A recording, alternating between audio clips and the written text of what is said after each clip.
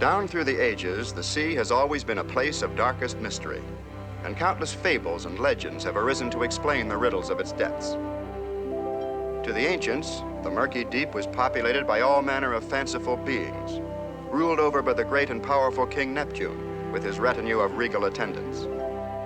To the mariners of old, the sea was the abode of fantastic serpents and monsters of all descriptions, their size and powers limited only by man's own vivid fancy. Today, though many of its legends have been dispelled or forgotten, the sea still remains the most mysterious realm on Earth. Occasionally, from its hidden depths, come intriguing shapes to tempt the imagination.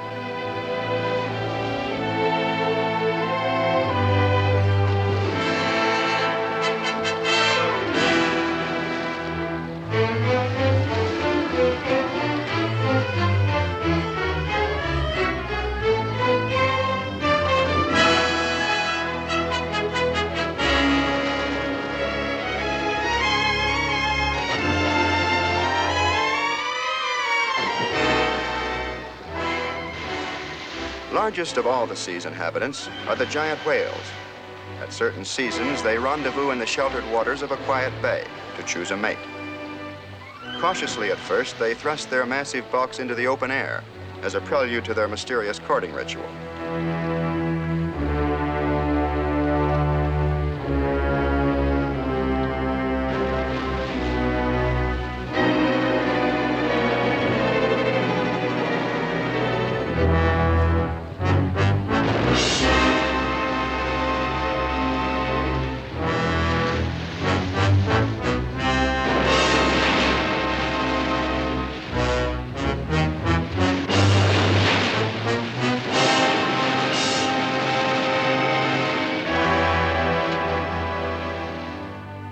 The distorted, half-seen silhouettes of other sea beasts also make ghostly visits to the surface.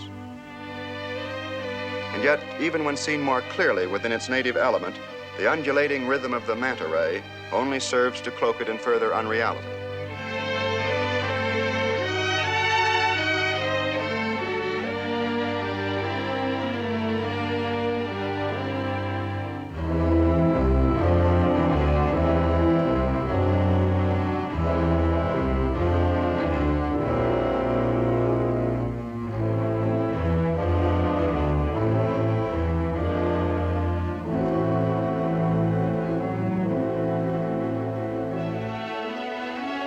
Through these trackless waters wander unnumbered schools of fish, the nomads of the sea.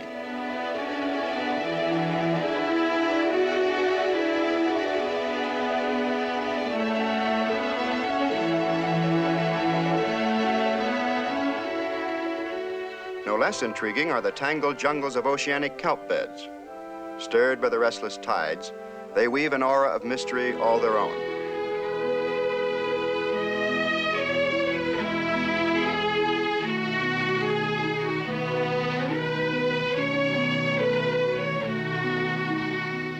Indeed, the secrets of the sea are numbered in every rock and shoal strewn across its sandy bottom. And yet, as legend, myth, and mystery dissolve into the forgotten past, truth emerges as even more fantastic. Here, on every foothold, on every ordinary rock and reef, are creatures out of fantasy. There are animals that look like plants, like the flowery anemone. For the anemone, survival is merely a matter of waiting.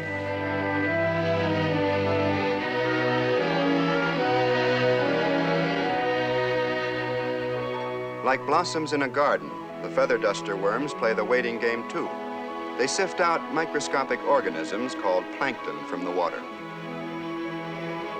Then when they've caught their fill, they simply bring it inside for dinner.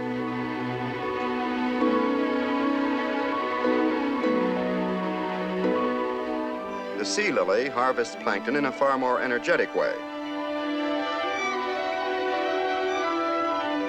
as do the sand crabs, using especially adapted antennae.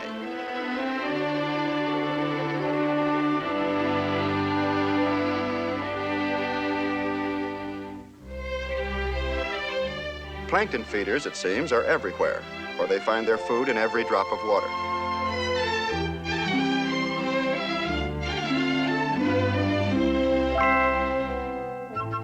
Many creatures, however, like the Spanish shawl, must swim from place to place to find their food. It's a member of the plumed sea slug family, which includes the hermescendas, who feed on spongy growths. But where they find sponges, they also find a larger slug, the navanax, a sort of seagoing vacuum cleaner. The hunting is good here, and competition soon arrives. But it seems that nothing is more appetizing to one navanax than another navanax. And their erstwhile dinner makes a hasty escape. Survival often depends upon deception. The pipefish do their best to simulate the drifting kelp until the proper moment.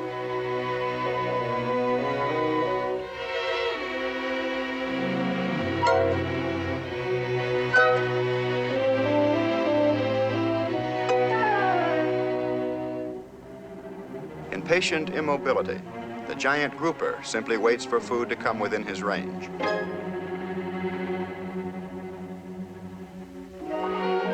There are other visitors to the reef who have all the characteristics of fantastic monsters. The 10-armed squid are capable of instant color change. And this talent often serves them as a convenient form of deception.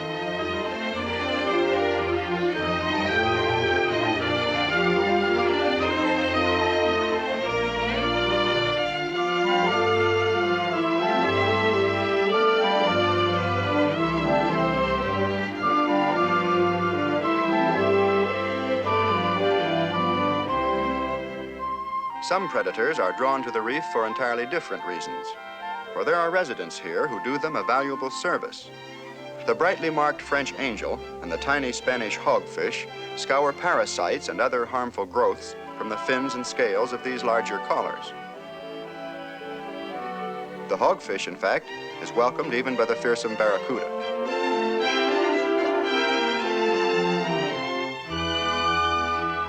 Near the rocks below, the barbershop shrimp, a sort of seagoing tonsorial artist, also makes his living cleaning fish.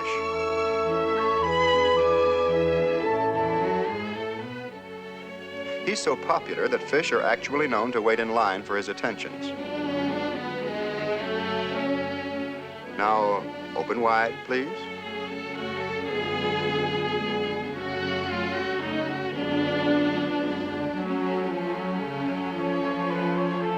Of course, every creature on the reef must eat, but there's also another equally important problem: to avoid being eaten. The hermit crab's solution is to curl up inside a discarded snail shell. As long as he stays inside, he's out of danger.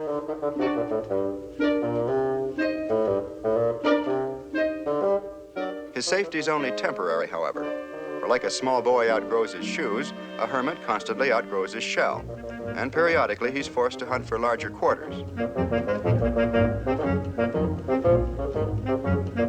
Just the right size and shape isn't always available, and sometimes he has to make do with some awkward substitutes.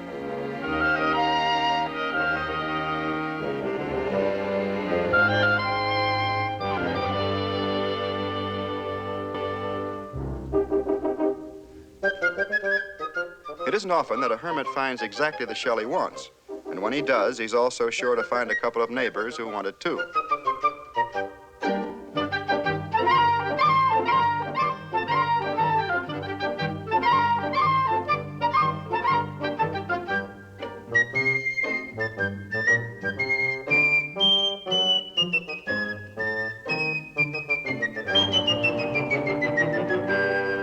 To every species, there comes a time when even the pressing problems of food and shelter become secondary. The time of reproducing. The squirrelfish express themselves with a peculiar mating dance.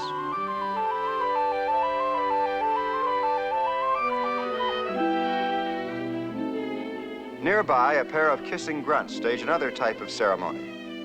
And this is one time when a cold fish turns out to be a perfect mate.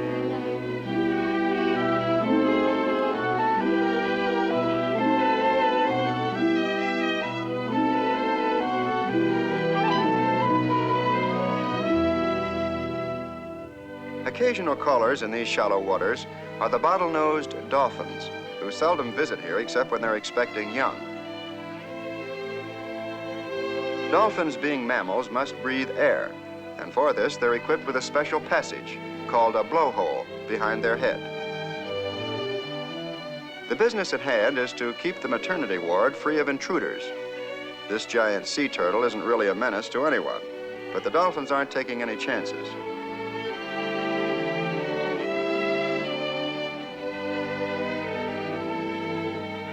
As if at a signal, the herd grows strangely quiet, vigilant. The expectant mother bides her time near the surface.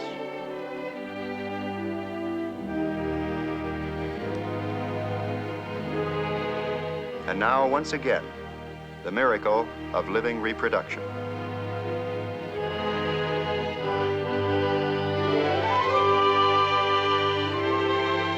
It's for the baby's safety that the dolphins visit the shallows, for at this time of his greatest peril, he must be quickly guided to the surface for his first breath of air.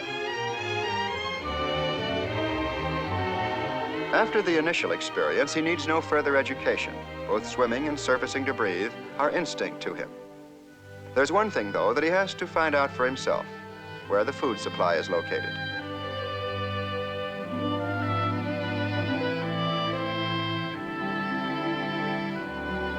The baby still needs the protection of the herd, for shallow waters also abound in sharks.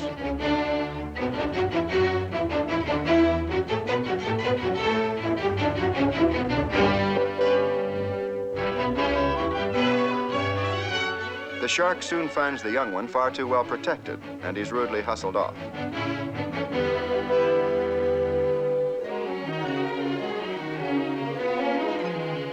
With the danger gone, there's time to play. But a baby dolphin has little opportunity for recreation, for soon the herd is on the move again, back to deeper water and their accustomed eating grounds.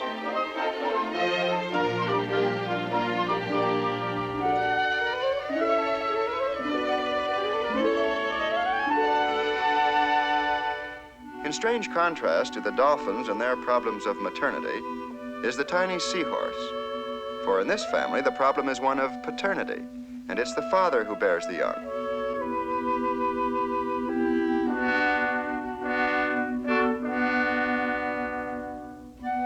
His mate lays several hundred eggs in the pouch below his chest, where they hatch and develop. Then, when the time is right,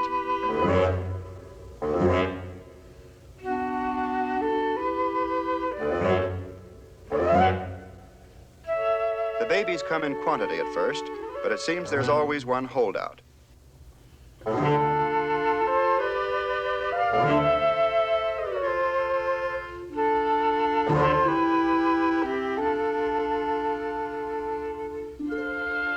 By the time he finally joins his brothers on the family tree, father is exhausted.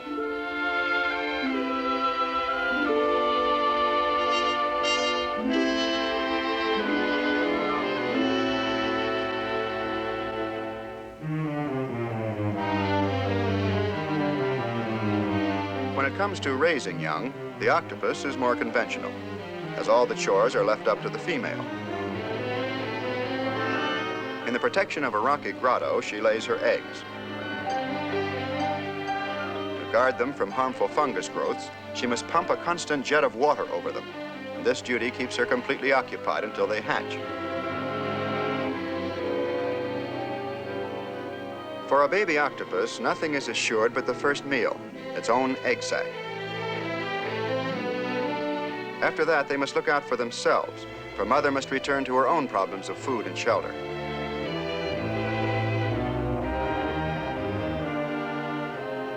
In her ravenous hunger, she has an eye for any opportunity, and her first victim is a giant snail.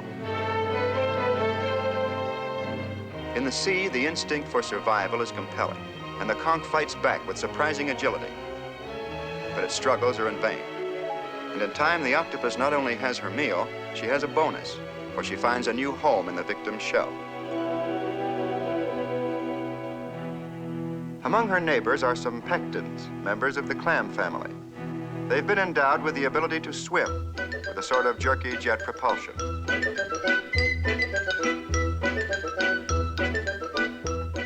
most persistent enemy is the starfish. Its relentless strength can mean certain death, but its attack is so sluggish they have a chance to scatter.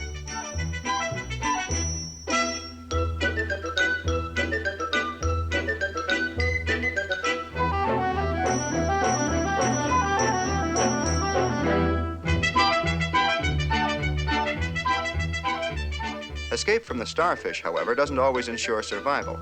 And now this pecten is picked on by a puffer. The puffer's bony jaw in time can crush the pecten's shell, but it never gets the time.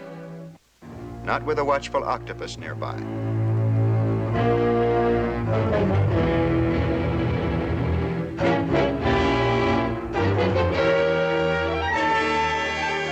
The puffer bravely tries to regain its prey. But when the octopus decides it too would make a meal, the puffer, in self-defense, simply inflates itself and becomes too big a mouthful.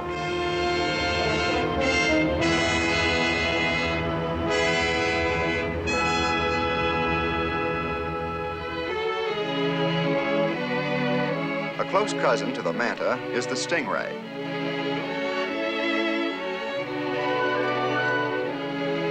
Her patrol route takes her along the sandy fringes of the rocks, for it's only in the sand that she can hide effectively.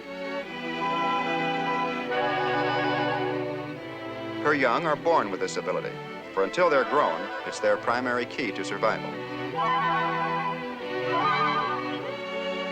They're also born with an instinct to strike out on their own as soon as possible.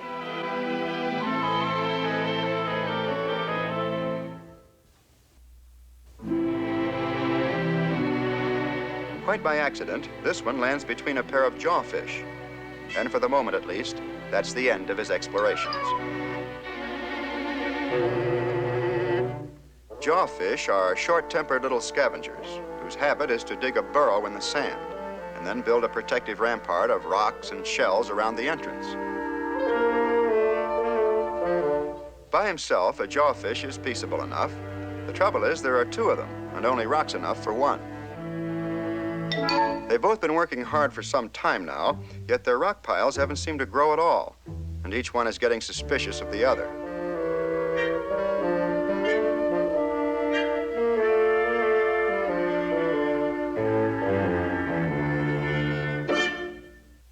So far, their timing has been perfect. And although the threats and accusations have been flying, neither one can prove a thing.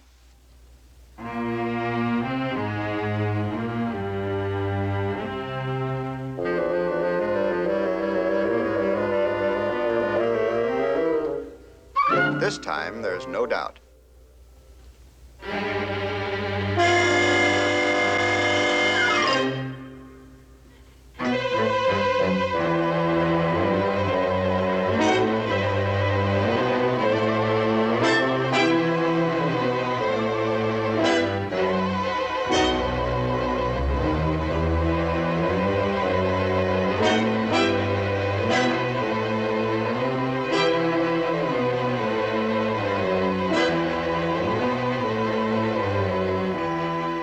Jawfish like their privacy, and so no matter who happens along, the intruder is quickly ordered off the premises.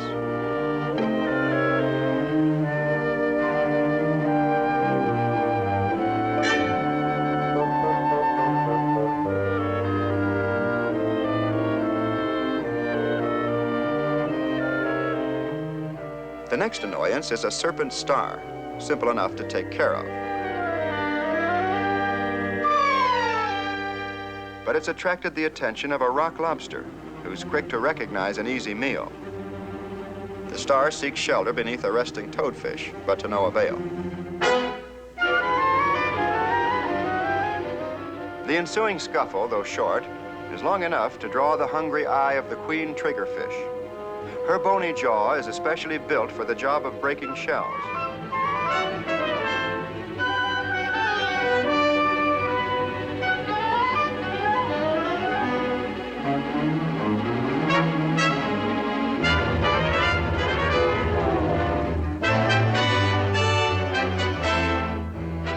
The prospect of a lobster dinner also attracts the ever-present opportunist of the reef, the octopus.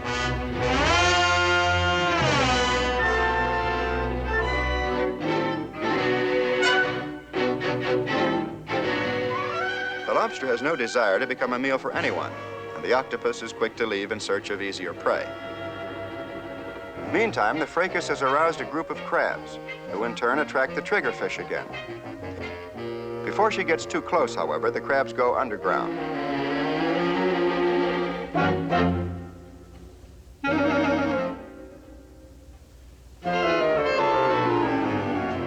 From long experience, the triggerfish knows a way to scare one up again.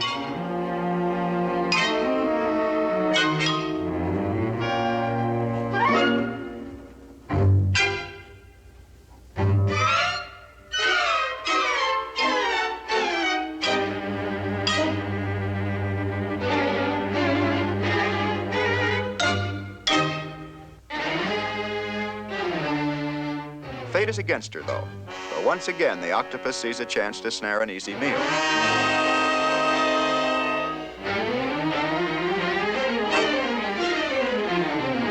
On the reef, however, stealing someone's prey is one thing, and eating it quite another. Now, a moray eel complicates the situation even more.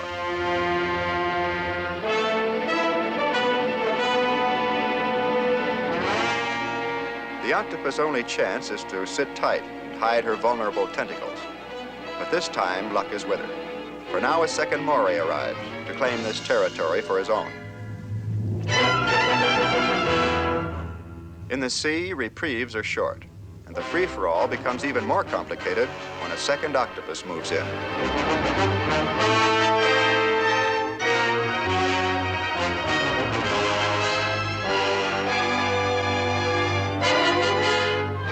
To the antagonists, this is a matter of life and death, a battle for survival.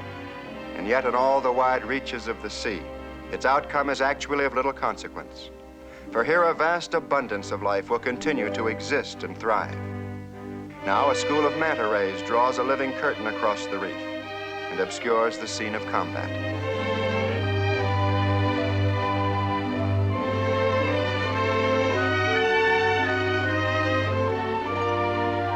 And as these mantas hasten past, bound for some dark and unknown destination, they symbolize the many unsolved riddles that still abide beneath the tossing waves of this timeless, mysterious sea.